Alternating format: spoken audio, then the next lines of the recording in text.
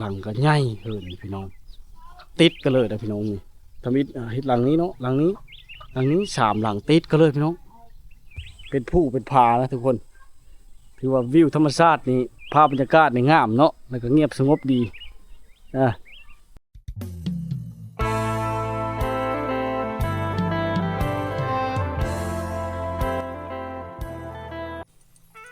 ยินดีต้อนรับเข้าสู่วิถีชีวิตคนไทยบ้านที่เก่าถึงเคยพี่น้องเนาะวิดีโอนี้ก็เข้ามาอยู่ที่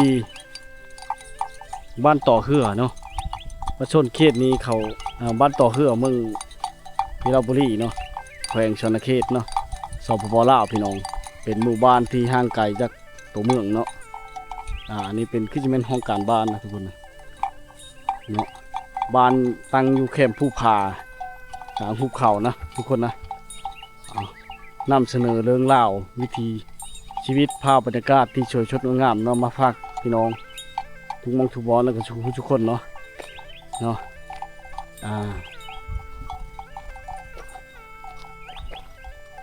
โครงการก่อสร้างตาข่ายไฟฟ้าพี่น้องเนาะคนติดไว้เนาะหมู่บ้านนี้กับเป็นหมู่บ้านที่ใหญ่เติบได้พี่น้องแต่เขาเจ้ากันดำรงชีวิตแบบเรียบง่ายเนาะหาอยู่หากินตาป้าตาดงเนาะเฮ็ดเพลอเมนอนามัยเนาะอนามัยเดินเฮิร์นปัดกวาดหาเลาะลิ้นเที่ยวชมบรรยากาศบ้านเจ้านี่แหละนี่พี่น้องเนาะนี่เป็นเคงเฮิร์นเขาเจ้าใช้โดยหินเลยทุกคนแบบดังเดิมนะทุกคนนะให้พี่น้องระมัดที่ตาส้มเนาะเนาะภาพบรรยากาศที่สวยชดงามแคมผู้แคมผาทุกคนแหละงามเนาะมาพาพี่น้องเนาะยามนี้มะม่วงชุกเขาเจ้าจะมาเก็บมะม่วงนะโง่ก็กินนี่ทุกคนเลยโง่ไปพร้อมนี่เซลอยู่เนาะกินมะม่วงนี่เชฟโอ้ขึ้นเชลาเอาบ่เนี่ยขึ้นเชลาเนาะนี่โง่ก็ได้กินพร้อมคนก็ได้กินยำอยู่เซลอยู่โอ้ยมะม่วงกระสอเลยทุกคนเนาะกกบักไงตัวเก่งหลายเนาะ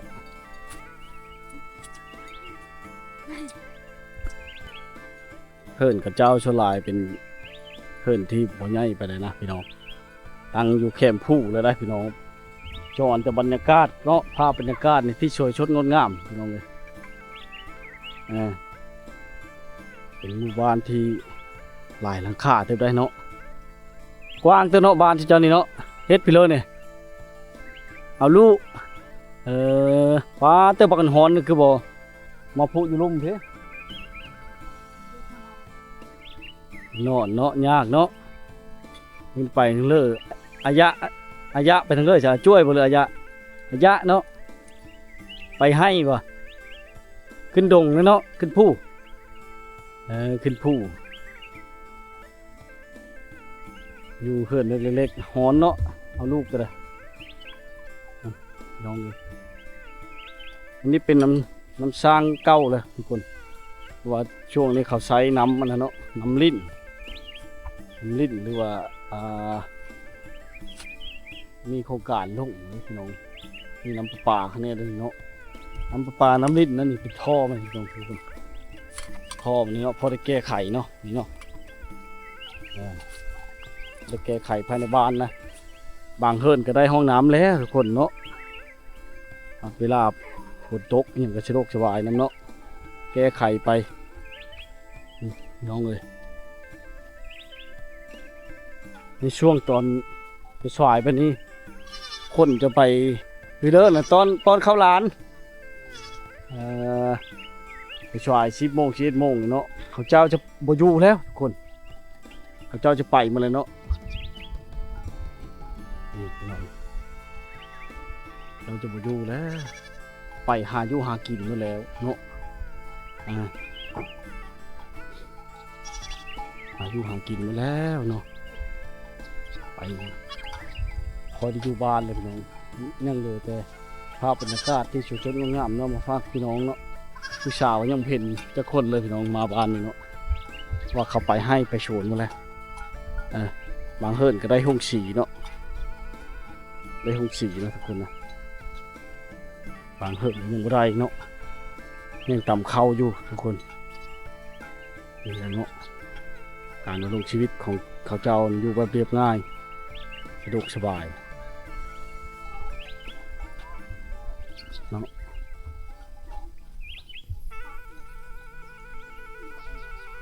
หาอยู่หากินแบบธรรมชาติเข้าป่าเข้าดงพอแล้วพี่น้องขึ้นผู้เนาะ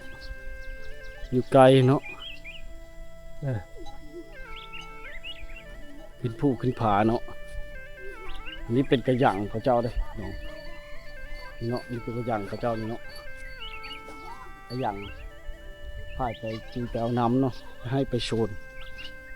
ไปอย่างก็สะดวกสบายเนาะพี่น้องเนาะบางหลังก็ใหญ่เหินพี่น้องติดกันเลยนะพี่น้องนี่ทำฮิตหลังนี้เนาะหลังนี้3 หลังติดกันเลยพี่น้องยาวเลยเนาะนี่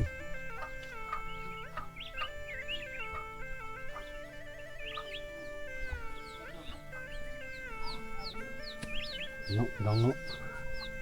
บางเพื่อนเป็นเพื่อนหลังเล็กๆนะหลังน้อย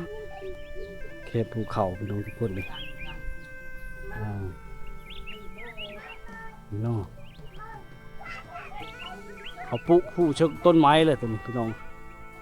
ผู้พระเจ้าไว้เคียวมะนะเขาเจ้าจะรักษาขนาดเนาะเดี๋ยวนี้เนาะมีหนองสระพร้อมนี่เนาะมีหนองสระพร้อมเนาะ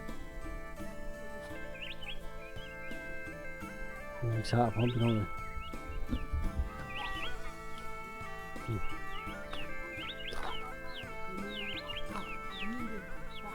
อันนี้เป็นเล้าเขาเจ้าพี่น้อง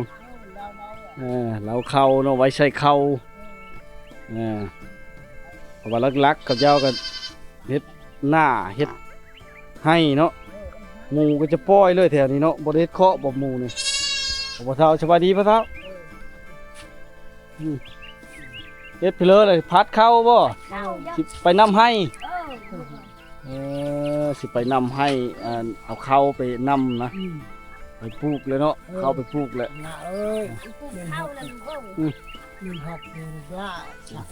เดือน 6 เดือน 7แล้วเนาะเจ้าเนาะเดือน 7นะมื้อคอยนำให้แล้วยามนี่นะมะม่วงมันชุบหมดเงินความแล้วเขาลักๆเขาเจ้าจะนำให้นะทุกคนนะนำให้เฮ็ดให้เนาะก็เลยเกี่ยมเอาเข้ามันลงมาพัดมันก็เกี่ยมมืออื่นมือกันน้ำพี่น้องเพราะว่าฮอดฤดูฝนเข้ามาเลยเนาะก็เริ่มอ้อแล้วเขาก็ได้เนาะฮอดฤดูการปลูกเข้าเลยนำเข้าให้นี่ต่างๆเนาะหากเอฟพี่เลอเนี่ยเอฟพี่เลอนี่เบอร์อยู่เฮินมันนี่ไม่ได้ไปทั้งเลยมันหอนหลายเนาะเอาได้ปลามันได้ใช่น่ะเนี่ยปลามันได้เชื่อน่ะมาดิเนาะปลาดิน้อยอันนี้บ่ยิงแนวยิงปลานะมือตะเกาเลยหมู่บ้านเขตนี้เนาะพี่น้องเส้นทางน่ะขึ้นไปชอดบ้านกกมากแหละพี่น้องเหาะพูดเลยเนาะขึ้นไปชอดบ้านกกมากพี่น้องเลยเนาะการหาอยู่หากินของเขาเจ้าก็ตามแม่น้ำลำชีเลยพี่น้องทางนี้ก็จะมาอาบทางนี้เนาะน้ำนี่เนาะนี่เป็นเขาเจ้าเนาะในน้ำนี่พี่น้องทุกคนเนาะมันเป็นเขาเจ้านี่เนาะเป็นบ่อนซักเครื่องของเขาบ่อนซักเครื่องของเขาเนาะนี่เนาะอยู่ในป่าในดงทุกคนมีแต่ผู้เนาะผู้อ้อมบ้านเลยทุกคนเลยงามหลายเนาะวิวงามหลายหมู่บ้านแห่งนี้แต่น่าเสียดายที่บ่มีสัญญาณเนาะบ่มีสัญญาณโทรศัพท์มีแต่ไฟฟ้าก็ได้2-3 ปีนี่แหละทุกคนง่วงก็ต้องได้เลี้ยงเนาะเพราะว่าให้หน้าตากาหรือว่าอันโชนมั่นนะให้สวนเขาเจ้าบ่ได้เฮ็ดโหเฮ็ดให้งัวควายเขาเจ้านี่จะได้เอามาเลี้ยงทุกคนเลย สิได้เอามาเลี้ยงเนาะหมู่บ้านนี่กว้างขึ้นไปปูนแคมป์ผู้พุ่นแหละทุกคนจนเมื่อย่างเนาะทุกคนเนาะ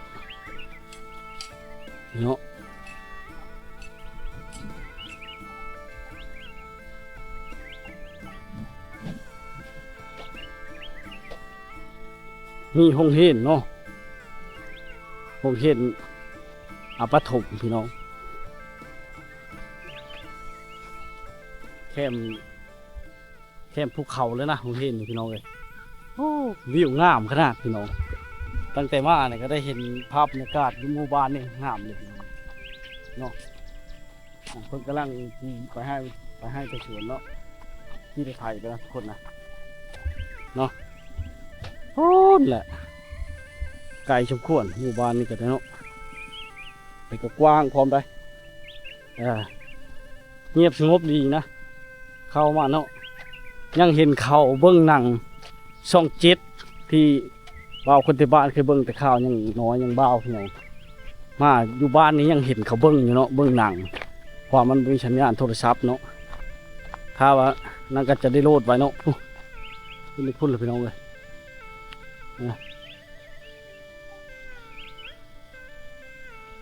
ทางน้ำขึ้นไปเพิ่นเนี่ยขึ้นไปเฮือเบ้ป่ะ โง่เลยลูกเอ้ย ขึ้นไปเฮือโง่โอ้เชิญมอโยมนี่เนาะคือแต่เฮิงเลยเนาะมอโยมนี่เนาะ กระเป๋า คือไปใช้ลูกใช้หลานฉันไม่มีลูกหลานป่ะ ไปเย็นมาไปเวทหมด เพิ่นไปเวะเลยนี่ไปให้เนาะหย่อบ่ได้เจ็บแอวช่อยในนั้นช่อยแล้วในนั้นโอ้จบหลาย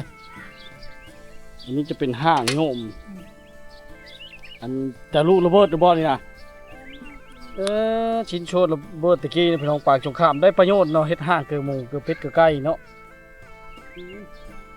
บ่ค่อยได้เห็นพี่น้องเห็นเนาะเรามาน้ำเฮงโง่นั่นโง่เราก็มีโตตุ้ยพี่หญ้ามันดีเนาะแถวนี้เนาะน้องเลยบ้านเขาเจ้าเนี่ยตั้งอยู่กับตัวผู้เลยพี่น้องห้อมผู้เนาะนี่เนาะเลาะไปเนี่ยจะชูขึ้นไปเลยนะเพราะเป็นผู้ชั้นขึ้นไปเนินไปเนาะข้างทางนั้นก็เป็นผู้เป็นผานะทุกคนคือว่าวิวธรรมชาตินี่ภาพบรรยากาศนี่งามเนาะแล้วก็เงียบสงบดีพิจารณามาเที่ยวมาชมเลยทุกคนเลยเนี่ยโอ้เฮิร์ดผู้ชาววะเนี่ย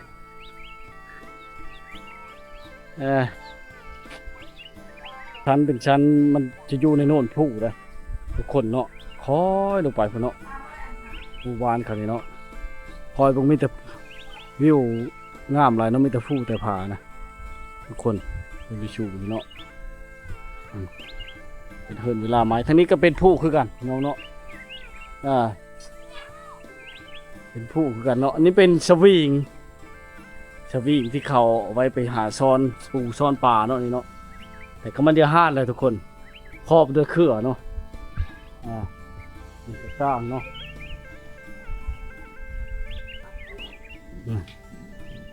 เป็นเวลางามเนาะหลังพี่น้องโอ้พอดีเนาะเฮิร์นเจ้าได้นั่งชมวิวเนาะเห็นแต่ผู้แต่พาคักกะลีงามผู้พาป่าไม้หรือยังเป็นธรรมชาติหลายเนาะทุกคนเนาะนี่รถไถเขาเจ้านี่พี่น้องหลักๆเนาะเอ้าสวัสดีผู้สาวไปใช่แล้วนะฮะไปใช่แล้วผู้สาวอ้าวปบเปิดแล้วผู้สาวกระบาดเนี่ยปบเขาให้มาแล้วทุกคนเลยโง่ชิมากินมะม่วงแล้วนี่มาเอาแม่มะม่วงนี่ชาวนักเขียนพี่น้องชาวนักช้ำน้อยเนาะ